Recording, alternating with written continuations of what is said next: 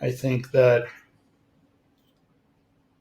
one of the best things that you can do is really try to understand what makes you tick. I think really try to pay attention to your energy levels in terms of when I'm talking about this or when I'm looking at this line of work or thinking about this as a career, I get excited about it or I get passionate about it. And I think maybe even making some notes and kind of writing down some of those, how when those things hit you or interact with you, how they make you feel. And I think kind of really trying to think about where you want to kind of own a corner of the world can become really powerful. And trying to understand why I think is important as well, because sometimes I think you can run into some artificial mirrors.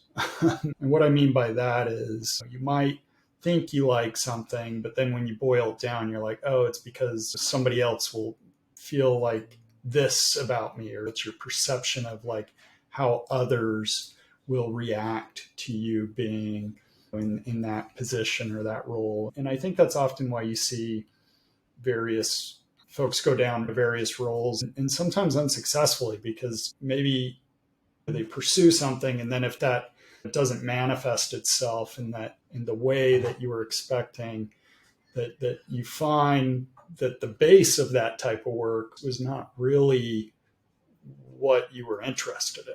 Does that make sense?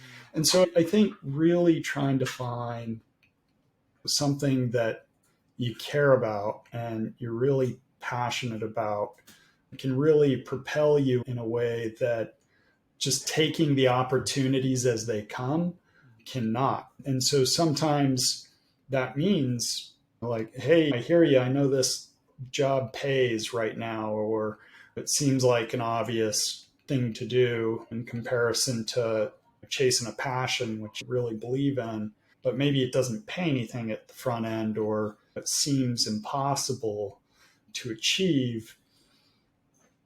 Those are always tough choices. And I think whenever you're chasing something you're passionate about, oftentimes people will think you're behaving irrationally.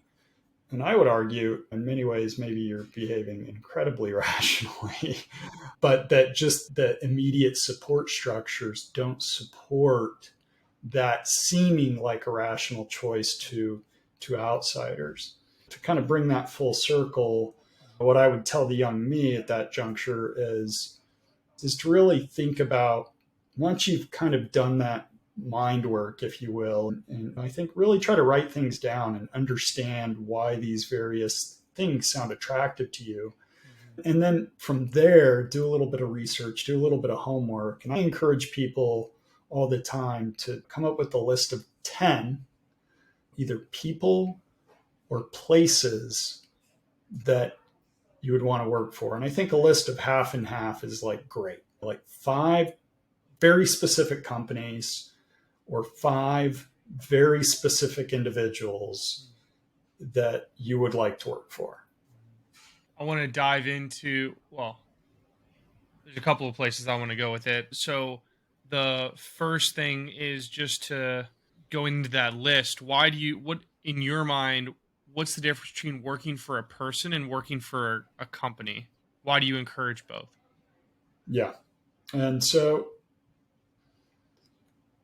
a few reasons. One, I think companies certainly have more opportunities than an individual, right? But really, what your most likely outcome is in going down this road is you're going down a road. You have no idea where this road ends. And I'll be honest with you, the likelihood that any of those 5 people or that any of those 5 companies hire you is pretty low.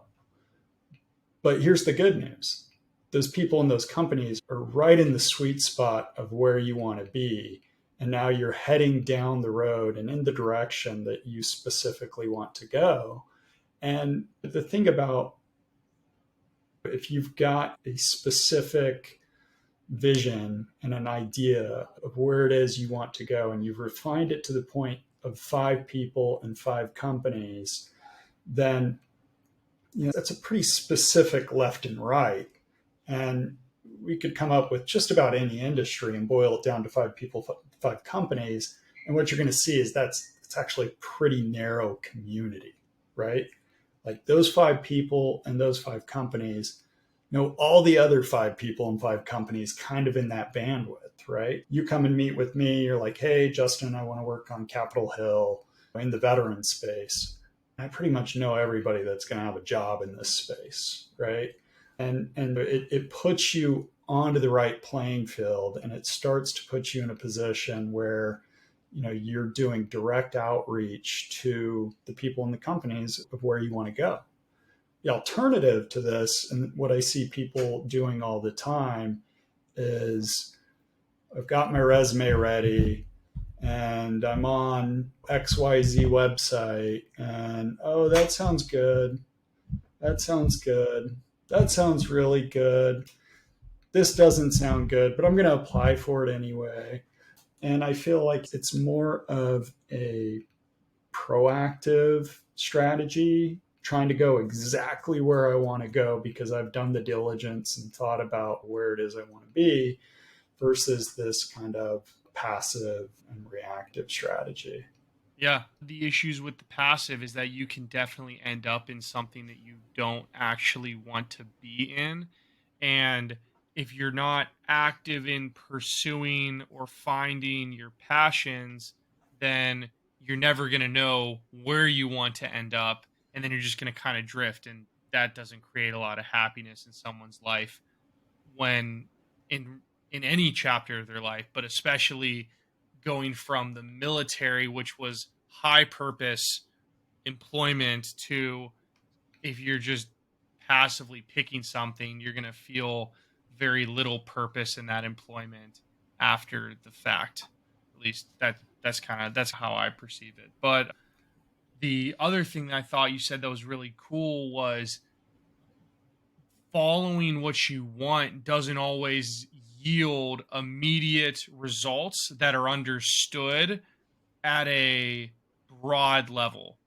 Like people understand money or influence or whatever, and those are generally applicable things that might result in happiness, but they're very rarely the core of what somebody is that will really tap into their feelings of fulfillment and belonging. And I think that's a really good thing to say to people, that just because it's okay to be applicable to you and it's not going to apply to others, and people might just not get that.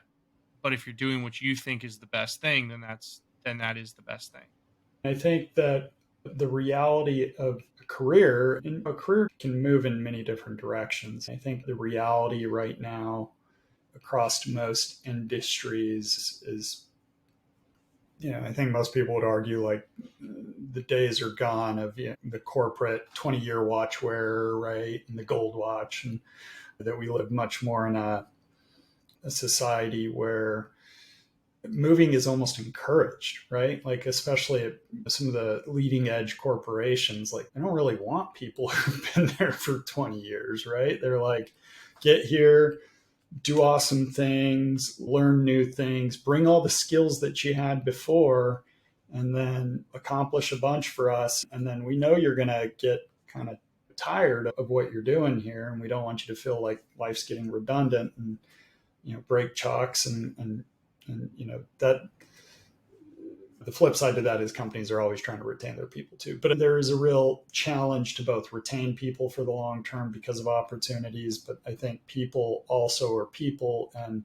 they get to the point where they want to take on new challenges. And I think, but trying to get a baseline of, and sometimes you have to check in with yourself, but I think on the leading edge of this thing is trying to find where that motivation is, right? Like, what is something that I can really get excited about, and why is it? What is the core value here that really makes me tick? And I think the obvious things, like people are like, oh, that pays a lot. This does this, and for some reason, like for some people, like that may be a deep intrinsic motivator. It may be like, I really just want to make a ton of money and I'll do anything that makes a ton of money. I don't think that's most people. Does that make sense? Like, I do believe there are people that is like their thing, and like they're going to get in and like they need to go to Wall Street or like whatever. Like, but I don't think that's most people. And whether it's a cause, whether it's purpose, whether it's helping people, whether it's continuing to serve your nation, if it's kids, if it's dogs, if it's ducks, I think figuring out what it is that like you're just going to show up. You wake up, you know you're on the right track when you wake up and you're not having a great day and you can't wait to get to work. Like that to me, at least in terms of the career side of your transition, your employment side of transition, which I want to be clear, I think is one of many factors to a service member's transition.